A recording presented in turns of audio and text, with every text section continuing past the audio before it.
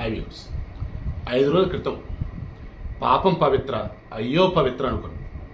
నిన్న నైట్ నిద్రమత్తులో లేచి మరీ వీడియో చేసి అయ్యో పాపం చందు అనుకున్నాను. బట్ ఓవరాల్గా ఈరోజు మార్నింగ్ తెలిసిన న్యూస్ ఏంటి, అన్ని చెక్ చేస్తుంటే తెలిసింది ఏంట్రా బాబు అంటే, పాపం శిల్ప, అయ్యో పాపం శిల్ప యొక్క పిల్లలు. సీరియస్లీ నిన్న అమీర్పేట ఎల్లారెడ్డిగూడలో శ్రీలక్ష్మిని ఒక ఆమె తన ప్రియుడు రాజేష్ కోసం భర్త విజయ్ని సూపర్ కింగ్తో చంపించింది. దెన్ ఆ విజయ్ యొక్క ఆత్మ వచ్చి ఆ చంపినోడి యొక్క రాజేశ్వర రెడ్డి ముందు నిలబడి మొత్తానికి వీళ్ళని పట్టించిందని చెప్పేసి మాట్లాడు. అప్పుడు నేను చెప్పాను, గతంలో చెప్పాను, ఇప్పుడు చెప్తున్నా, మీరు పెళ్ళికి ముందు ఎన్ని రిలేషన్స్ అయినా ఉండొచ్చు కాక, వన్స్ పెళ్ళైన తర్వాత భార్య భర్త ఇదే ఫిక్స్. అయినా సరే గతను మరవలేకపోతూ ఉన్నా ఇక్కడ వచ్చేసి నా భార్య భర్త నేను మోసం చేయలేను అని చెప్పేసి అనుకున్నావు. దాన్ని అప్పుడు ఏం చేయాలి, ఇక తప్పదు అనుకుంటే చాలా సీక్రెసీగా మెయింటైన్ చేయాలి. బట్ ఇక్కడ మళ్ళీ కట్టుకున్న వాళ్ళకి మోసం చేయొద్దు, వీళ్ళని బాగా చూసుకో. అవతల నువ్వు మర్చిపోలేకపోతున్నావు ద బెస్ట్ కాబట్టి ఇంకా వాళ్ళతో ఉండు చాలా చాలా జాగ్రత్తగా. ఎంత జాగ్రత్తగా అంటే అసలు ఎలా అంటే థర్డ్ పర్సన్ తెలియకూడదు అన్నట్టు. బట్ అస్సలు వద్దు, కానీ తప్పదంటే అలా ఆడవారైనా మగవారైనా నేను అస్సలు ఎంకరేజ్ చేయను. కానీ సొసైటీలో ఉన్నదాని ప్రకారం నేను చెప్తున్నాను, ఎందుకంటే చంపటాలు చావటాలు వద్దన్నట్టు. ఒకవేళ తెలిసింది, భార్యకో భర్తకో తెలిసింది, దెన్ ఇక్కడ రిలేషన్ ఉంటూ అక్కడ రిలేషన్ కంటిన్యూ చేయటమా, లేదు అక్కడికే వెళ్ళి ఉండు, ఇక్కడ నేను పిల్లలతో నేను బతుకుతాలే అని చెప్పి అనటమా, డెసిషన్ తీసేసుకుంటారు. బట్ ఎప్పుడైనా గుర్తుంచుకోండి, ఇవి వేరే వాళ్ళు కనుక వచ్చి ఇన్వాల్వ్ అయ్యి మేము సెటిల్మెంట్ చేస్తున్నట్టు కనుక అంటే అది కంపు అంతే. ఓన్లీ భార్యాభర్తల మాత్రమే కూర్చొని సెటిల్ చేసుకోవాలి ఇవన్నీ. ఇప్పుడు ఈ చందు అనే వ్యక్తి, నేను గతంలో కూడా మీకు చెప్పున్నా, ఐ లవ్ మ్యారేజెస్ అని చెప్పేసి. But love or arranged. ఒక స్త్రీ అన్నీ వదులుకొని భర్తే సర్వస్వం అని చెప్పి వస్తుంది. అలా వచ్చినప్పుడు ఏం చేయాలి, భరించేవాడు భర్త అంటాడు. ఒరే నువ్వు భరించకపోయినా పర్లా, బాధించమాకు భార్యనే చెప్పాను. సో ఇప్పుడు ఇక్కడ శిల్ప ఈమె గతంలో హెచ్చరిగా జాబ్ చేస్తాము. 2015 పెళ్ళి అంటే 2004లో వీళ్ళకి రిలేషన్ ఫస్ట్ స్టార్ట్ అయింది. 11 సంవత్సరాల పాటు రిలేషన్లో ఉన్నారు. దెన్ వాళ్ళ పేరెంట్స్ సైడ్, శిల్ప వాళ్ళ పేరెంట్స్ సైడ్ ఒప్పుకోపోయినా ఒప్పించింది అని ఇటు సైడ్ అంతా గ్రాండ్గా పెళ్లి చేశారు. ఇక్కడ మెచ్చుకోవాల్సింది చందు వాళ్ళ అమ్మ నాన్న. వాళ్ళు చక్కగా శిల్పని కన్న కూతురో చూసుకుంటారట. 2015లో పెళ్ళైంది, అందుకు 11 సంవత్సరాల ప్రేమ. 2020 నాటికి, కరోనా సమయం నాటికి పవిత్ర ఎంటర్ అయిపోయింది చందు లైఫ్లో. ఇక అప్పటి నుంచి పాప పాప పాప అంట. పవిత్ర యొక్క పేరు పాప. నీ ఇక్కడ తప్పు పెడుతుంది ఏంటంటే ఒకే ఒకటి, నీ భార్య బంగారం, 11 సంవత్సరాలు ప్రేమించి పెళ్లి చేసుకున్నావు, నీకు ఒక కూతురు ఉంది, ఒక కొడుకు ఉన్నారు, పసిపిల్లలు, చిన్నపిల్లలు. ఇటువంటి అప్పుడు నువ్వు మరలా వేరే మనిషి, సరే ఆ మనిషి వచ్చేసి భర్త లేడు, డివోర్స్ తీసుకుంది, ఒంటరిగా ఉంటుంది, ఆమెకు పిల్లలు ఉన్నారు, ఓకే, సీక్రెట్గానే ఉంటూ ఆమెకు తోడుగా ఉంటూ చేయాల్సి వచ్చే, సెక్సువల్గా కలిశారు, ఫిజికల్గా దగ్గర అవుతున్నారు, ఓకే. దాన్ని ఇక్కడ ప్రేమించే పెంచుకున్న భార్య సంగతి ఏంటి, నీ రక్తం పంచుకుని పుట్టిన నీ బిడ్డల సంగతి ఏంటి, వీళ్ళని చూసుకోవాలి కదా. ఆల్రెడీ సెల్ఫ్ ఏమనుకుంది, సీరియల్స్, యాక్టింగ్లు, షూటింగ్లు ఉంటుంటే బిజీ కదా అని అనుకుంటుంది. దాన్ని నువ్వు అడ్వాంటేజ్గా తీసుకున్నావు, ఓకే. దానినే ఇక్కడ ఏం చేయాలా, ఇంటికి వచ్చినప్పుడు భార్యను బాగా చూసుకో, ఫిజికల్గా, సైకలాజికల్గా, అండ్ పిల్లల్ని చక్కగా ప్రేమగా దగ్గర తీసుకొని చూసుకో. అంతేగాని ఇంటికి వచ్చినా సరే పాప అని చెప్పేసి పవిత్రకి ఫోన్ చేయటం, వీడియో కాల్స్ మాట్లాడటం, తాగి రావటం, శిల్పాన్ని కొట్టడం, తిట్టడం, వాళ్ళ అమ్మని పిల్లలని నా రకాలుగా అనటం, పిల్లలకు వచ్చేసి ఏదైనా అయినా సరే మీకు పవిత్ర పెద్ద ఉండిది అని అనటం. ఆ పవిత్ర ఏమో ఫోన్ చేసేసి వాడు నావాడు ఏం చేసుకుంటావు చేసుకొని చెప్పేసి ఈ శిల్పని బెదిరించడం. క్లియర్గా శిల్ప యొక్క అత్త, చందు వాళ్ళ అమ్మ, ఆమె సైతం చెప్పింది, పవిత్ర రావటమే ఈ కుటుంబంలో నిప్పులు పోసింది. పవిత్రకు ఏమాత్రం మనస్సాక్షి ఉన్నా ఇలా చేసేది కాదు. ఒకవేళ నిజంగానే ఆమె అంత గొప్పగా ఇతను ప్రేమిస్తే, ఇతను కూడా ప్రేమిస్తే కుటుంబాన్ని బాగా చూసుకోవాలి కదా. ఇక్కడ ఎంతమంది అండి బయట బాగా డబ్బు ఉన్న వాళ్ళు, డబ్బు లేని వాళ్ళు, కూలీ చేసుకునే వాళ్ళు, బిజినెస్ చేసుకునే వాళ్ళు, వాట్ ఎవర్ ఇట్ ఈస్, ప్రేమ మీద భార్య మీద ప్రేమ ఉంది, బిడ్డల మీద ప్రేమ ఉంది, వాళ్ళు బాగా చూసుకుంటారు. వర్క్ లొకేషన్లో ఎక్కడ వచ్చాడు వేరే వాళ్ళతో రిలేషన్లో ఉంటారు, మరలా అక్కడ జెన్యున్గా ఉంటారు, ఇక్కడ జెన్యున్గా ఉంటారు. బట్ ఎక్కడ కూడా గ్యాప్ రాకుండా జాగ్రత్తగా చూసుకుంటూ ఉంటారు. ఇలా చాలామంది సొసైటీ కాదట్లా, అలా ఉండటం తప్పు, కానీ తప్పదనుకున్నప్పుడు జాగ్రత్తగా ఉండాలి. ఇతను మాత్రం అలా లేడు. అంతా ఓపెన్, నాకు పవిత్రే, నాకు పవియే, నా లైఫ్, నా జీవితం అన్నట్టుగా ఉంటూ శిల్పను కొడుతూ తిడుతూ చివరికి మన పవిత్రకి ఆ రకంగా యాక్సిడెంట్ అయినప్పుడు కూడా పవి పవి పవి పవి అంటూ ఉన్నాడు తప్ప నీకెలా ఉంది నీకెలా ఉంది అంటే నా పవి చనిపోయింది నా పవి చనిపోయింది అంటూ ఉన్నాడు. ఇక్కడ అమ్మ భార్యము నీకెలా ఉంది నీకెలా ఉందని అడుగుతూ ఉన్నారు. ఆయన మాత్రం నా పవి చనిపోయింది నా పవి చనిపోయాను. ఆ తర్వాత పవిత్రక పుట్టినదట మొన్న. Then wait for 2 days I will come అని చెప్పి పోస్ట్ పెట్టాడు. దెన్ వీళ్ళు భయపడిపోయారు. ఆమె చనిపోయింది 2 రోజులు ఆగు నేను కూడా వస్తానని చెప్పి పెడతాడు ఏంటి ఇతను అని అంటే, నేను అంత పిరుకోండి కాదు, మీరేం భయపడాల్సిన అవసరం లేదు, రికవర్ అవడానికి టైం పట్టిద్ది అంతే అని చెప్పేసి అన్నాడు. ఈలోపు అతను చెప్పింది ఏంటి, పెళ్ళింది కదా నీకు భార్య పిల్లలు ఉన్నారు కదంటే నన్ను వాళ్ళు సరిగా చూడలేదు, నన్ను దూరం పెట్టేశారు, వాళ్ళ లైఫ్ వాళ్ళదే నా లైఫ్ అదే అని చెప్పాడు. బట్ ఇంటికి మరలా అప్పుడప్పుడు వస్తూనే ఉంటాడు. మీరు మాత్రం ఎక్కడ కూడా ఈ విషయాలు చెప్పొద్దని. బయట కూడా మనం మాట్లాడుకున్న కూడా ఏంటి, మీలో కొంతమంది కామెంట్ పెట్టారు, అతనికి పవిత్ర పెళ్ళి అయిందంట కదా అని అంటూ ఉంటే పెళ్లి కాలేదండి నేను చెప్తూనే ఉన్నా. బట్ హైదరాబాద్లో అఫీషియల్గా పెళ్లి వేసుకోదని చెప్పేసి అనుకున్నారని చెప్పేసి అన్న. అప్పుడు నేను అనుకున్నది ఏంటంటే అతనికి శిల్ప అనే వైఫ్ ఉంది, ఆమెకు విడాకులు ఇచ్చాడని నేను అనుకున్నా. ఊరి దేవుడ కలిసే ఉన్నారు, విడాకులు ఇవ్వలేదు, ఇంత దారుణంగా మళ్ళీ పిల్లలు ఉన్నారంటే ఎలా? తర్వాత శిల్ప చెప్పిన మాట అయితే భలే బాధేసింది నాకైతే. పవిత్రగా పిల్లలు ఉన్నారు, ఏజ్ అరౌండ్ 20. ఏంటి మరి నాకు పిల్లలు ఉన్నారు, పసిపిల్లలు ఉన్నారు, మరి మీరు పెద్దోళ్ళు అయినారు, మరి మా హస్బెండ్ ఎక్కడికి వస్తున్నారు ఏంటంటే, అవును వాళ్ళతో కలిసే ఉంటున్నారు, వాళ్ళకి లేని ఇబ్బంది మనకేంటి, వాళ్ళకి లేని ఇబ్బంది మాకేంటి అన్నాడు. అంటే ఈ సీరియల్స్ సినిమాలు అండ్ ఈ డబ్బున్న బ్యాచ్ ఎవరైతే ఉంటారు అంటే ఎథిక్స్ లేకుండా లేదన్నప్పుడు ఎవరు నచ్చినప్పుడు బతకొచ్చు అనుకునే బ్యాచ్ ఎవరైతే ఉంటారు వాళ్ళు ఎలా అవుతారంటే నథింగ్ రాంగ్ ఇన్ దట్, మమ్మల్ని ఇబ్బంది పెడతలేదు అండ్ వాళ్ళు బాగానే ఉన్నారు, మమ్మల్ని బాగానే చూసుకున్నారు, ఇంకేంటి అన్నట్టుగా ఉంటూ ఉన్నారు. అది ఎంతవరకు అవతల వాళ్ళని బాధ పెట్టేంత వరకు, అవతల యొక్క రెస్పాన్సిబిలిటీ నువ్వు ఫుల్ఫిల్ చేస్తున్నంత వరకు. అవతల శిల్ప అండ్ ఫ్యామిలీ నీ పిల్లలేనే, మరి వాళ్ళు నువ్వు చూసుకోవట్లేదే. అండ్ శిల్ప కూడా మనిషేగా, తనకంటూ ఒక ఆడ మనిషిగా చిన్న చిన్న కోరికలనే ఉంటేగా, నా భర్త ఇలా ఉండాలి, నా పిల్లలకి ఇలా ఉండాలి, అదే లేకుండా పోతే ఎట్లా?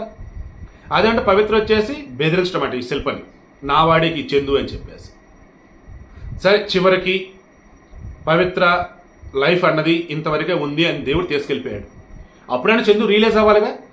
సో పవిత్రతో ఉన్న నాళ్ళు ఉన్నా, వాళ్ళ పిల్లల బాధ్యత నేను తీసుకుంటా, పవిత్ర లేదు కాబట్టి పవిత్ర మీద ఉన్న ప్రేమతో ఆ పిల్లల బాధ్యత నేను తీసుకుంటా. మరి నేను ప్రేమించే అమ్మాయి ఉంది, పెళ్లి చేసుకున్న పిల్లలు కూడా ఉన్నారుగా, నా పిల్లల్ని చూసుకుంటా, కెరీర్ మీద కాన్సన్ట్రేషన్ పెడతా, చెడులో అట్లా దూరంగా ఉంటా, గొప్పగా బతుకుతా, అందరికి ఆదర్శంగా నిలుస్తా. కొన్ని ఇదన్నా కదా నువ్వు నిరూపించాల్సింది. కింద మీద కానకుండా తాగటం ఏంటి, కట్టుకున్న భార్య పిల్లలు కన్న తల్లి ఉంటే వారిని ఇబ్బందులు పెడతాం ఏంటి, పవిత్ర చనిపోయిన తర్వాత కూడా పాప పాప అంటూ ఆమె ధ్యానంలోనే ఉండటం ఏంటి, చివరికి పవిత్ర పిల్లలని నువ్వు వదిలేసావా, ఇక్కడ నీ కన్న బిడ్డల్ని నువ్వు వదిలేసావా, కట్టుకున్న భార్యని అర్థంతరంగా అయిపోయిందా? ఎంత దారుణం అసలు. పాప శిల్పని నిజంగా మెచ్చుకోవాలి. ఆమె ఏం చెప్తుందంటే, బయట నిన్నైనా చెప్పుకుంటూ ఉండొచ్చు కాక, పరువు పోకూడదు, గౌరవం ఉండాలి, ఏదైనా గుప్పిడి బిగించినప్పుడే ఏదైనా అన్నట్టు నేను ఉన్నాను అని చెప్పుకుంటాను. నాకు ఏదైనా అండ ఉందంటే మా అమ్మ చనిపోయింది, నాకు అండ ఉందంటే ఓన్లీ మా అత్తమ్మే.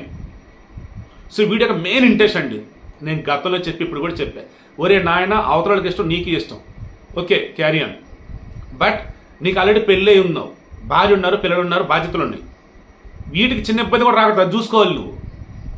మీకు అర్థమవుతుందా? శుద్ధిని శుద్ధ పోసని అని చెప్పి నేను చెప్పదలుచుకోవట్లా. అలా చెప్పి బయట చేసి పచ్చి పచ్చిగా చేసే పనికి మళ్ళీ చాలామంది ఉన్నారు. వద్దు, పవన్ కళ్యాణ్ ఇదే విషయం ఓపెన్గా చెప్పాడు, ఒరే మీలాగా బయట అన్ని ఇన్ని అకౌంట్లు నాకు వద్దురా బాబు, అఫీషియల్గానే ప్రేమించా, పెళ్లి చేసుకున్నా, కలిసి ఉండలేమనుకున్న విడాకులు తీసుకున్నా, అంతేగాని మీలాగా ఇంట్లో ఒకళ్ళు ఇక బయట బోల్డెన్ అకౌంట్లు నాకు లేవురా అన్నాడు. నేను అదే చెప్తున్నా, ఓపెన్గా నేను అదే చెప్తున్నా. నాకు లవ్లో ఉన్నప్పుడు నా ఎస్పీ అంతే, దాన్ని నా క్లోజ్ ఫ్రెండ్, నేను గోదావరి అంట, తను కూడా ఇష్టపడుతున్నా అంది. నీకు ఎస్పీకి పెళ్లి కాదురా, మనం పెళ్లి చేసుకుందామరా, నేను వెయిట్ చేస్తాను నేను ఒకటే చెప్పా. ఒకవేళ నాకు ఎస్పీకి పెళ్ళి అయితే నీ పొజిషన్ ఏంటి? ఆ రోజు నేను తట్టుకోలేను నీకు ఏదన్నా అయితే. సో అని చెప్పి వాళ్ళ అమ్మతో నేను మాట్లాడించి, లవ్ అట్టనేది ఏమీ లేదులే ఆంటీ అని చెప్పింది. ఎట్లా గట్ట చేసాం. లక్కీలీ మంచి అతను హస్బెండ్కి వచ్చాడు. నవ్వు తను చాలా హ్యాపీగా ఉంది.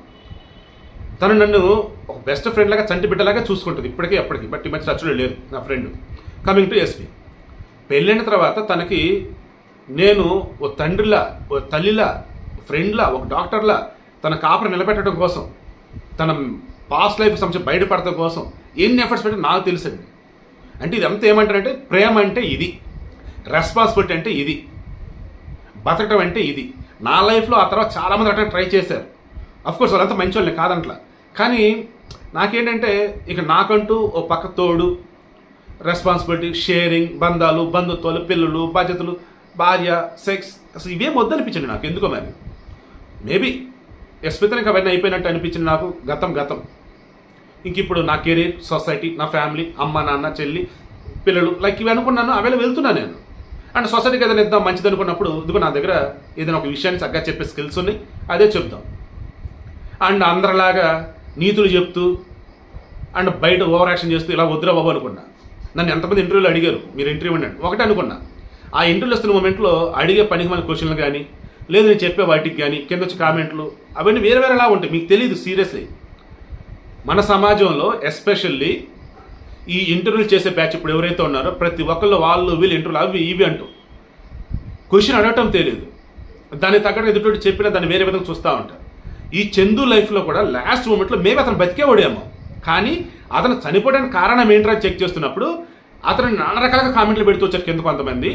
అండ్ అతను ఎవరికైతే ఇంటర్వ్యూలు ఇచ్చున్నారో అక్కడ కూడా తేడాగా అయిపోయింది అన్నమాట. అన్ని కలగలిపి ఏమైందంటే అతను పవిత్ర చనిపోయిన తర్వాత అసలు మీడియా దృష్టికి రాకుండా సైలెంట్గా కొన్నాళ్ళు ఉండి తన ఫ్యామిలీతో లైఫ్ లీడ్ చేస్తే అయిపోదును.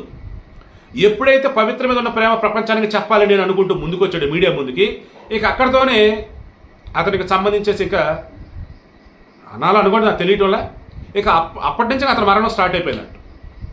ఇంక చివరికి పవిత్ర ఆత్మ వచ్చి పట్టుకెళ్ళిందో లేదన్నప్పుడు ఆ దేవుడికి చాలా తీసుకెళ్ళాడో లేదు చేతితో ఎత్తలో చేసుకున్నాడో ఇక ఆ పైవాడికే తెలియదు. అంతేమగా నేను వీడియో ద్వారా నేను చెప్పింది చాలా విషయాలు ఈ వీడియోలో ఉన్నాయి.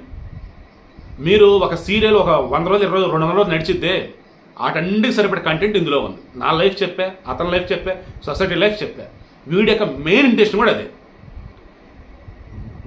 గతం ఏదైనా ఇప్పుడు ఒక రిలేషన్ ఉంటే అలా కట్టుబడి ఉండండి.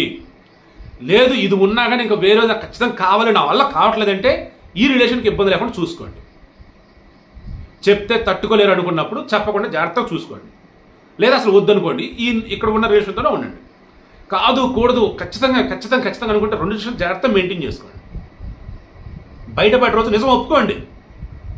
లేదు నువ్వంటే నాకు ఎంత ఇష్టం, తనంటే కూడా అంతే ఇష్టం, కానీ నా వల్ల కాలేదు, ఎలా చెప్పాలో తెలియలేదు, ప్లీజ్ అని ఎలా చెప్తారో మీరే చెప్పండి. దెన్ నేను తనతోనే ఉంటా, బట్ పిల్లల్ని నిన్ను బాగా చూసుకుంటా, నువ్వు నన్ను అర్థం చేసుకున్న రోజు మనం ఫిజికల్గా కలుద్దాం, లేదంటే ఇంకెలాగే ఉందాం, బట్ పిల్లలకి మాత్రం ఎల్లుండి రానేమను. అట్లీస్ట్ ఇలా అన్నా నేను చెప్పేవి సొసైటీ యాక్సెప్ట్ చేసేవి కావు, కానీ సొసైటీలో చంపుకోవటాలు చావటాలు ఇటువంటివన్నీ లేకుండా ఉండాలంటే ఇదిగో ఇలా ఉండటం తప్ప వేరే ఆల్టర్నేటివ్ అయితే లేదు. బట్ మరలా చెప్తున్నా, ఓన్లీ ఒకళ్ళు అంతే. లవ్ ఆర్ భార్య ఆర్ భర్త ఒకరితోనే ఉండాలి లైఫ్. కాదు కూడా దాని పక్షం చాలా జాగ్రత్తగా ఉండాలి. అండ్ ఓవరాల్గా ఇతని విషయంలో వచ్చి చూసుకుంటూ ఉన్నప్పుడు పవిత్ర అండ్ చందు ఇద్దరు కలగలిపి కూడా వాళ్ళ పిల్లలకైతే చాలా అన్యాయం అయితే చేస్తున్నారు. అండ్ చందు అయితే ప్రేమించి పెళ్లిసుకున్న శిల్పన అయితే చాలా దారుణంగా మోసం చేయడానికి నేనైతే అంట. అండ్ కింద కాదు, నాకు ఇన్స్టాగ్రామ్లో ఎవరో మెసేజ్ పెట్టున్నారు, ఇందా మా చోట మర్చిపోయాను. అదేంటంటే చందు వాళ్ళమ్మ క్లియర్గా ఉంటుంది సార్, అతనికి ఏది ఇన్సూరెన్స్ ఏది అమౌంట్ ఉందట, చనిపోతే డబ్బులు వస్తాయంట కదని, అందుకే ఎవరన్నా ఏదైనా చంపారేమో అంటుందని. నాకు తెలిసి ఇప్పుడున్న దాని ప్రకారం చూస్తే అల్కాపూర్ కాలనీలో మణికొండ దగ్గర డోర్లు పగలగొట్టి ఫ్రెండ్స్ లోపలికి వెళ్ళి ఉన్నారు. దెన్ అతను కట్టెలు ఏవైతే ఉంటాయో ఆ క్లాత్ని ఉరేసుకొని ఉన్నాడు. అంటే అతను వంటగా చనిపోయి అన్నాడు, అతను వేరే వాళ్ళు చంపాలి. తర్వాత ఈ డబ్బులు అనేది ఏదైతే ఉందో ఎట్టి పరిస్థితుల్లో ఒక ఇన్సూరెన్స్ సంబంధించి నామినీగా పెట్టాల్సి వచ్చినప్పుడు ఫస్ట్ నీకు పెళ్ళి అయితే నీ భార్య లేదా నీ కొడుకో కూతురు అంతే, పెళ్ళి కాకపోతే అమ్మ లేదా నాన్న అంతే తప్ప ఫ్రెండ్స్ ఇంట్లో ఉన్న బ్రదర్ సిస్టర్స్ వీళ్ళు కూడా నామినీస్గా యాక్సెప్ట్ చేయరు. కాబట్టి ఇతని తాలూకు ఏదైనా ఇన్సూరెన్స్ అమౌంట్ అనేది వస్తే అది ఖచ్చితంగా శిల్ప అండ్ వాళ్ళ పిల్లలకే వెళ్తుంది తప్ప వేరే చోటకి మిస్యూజ్ అయితే కాదు.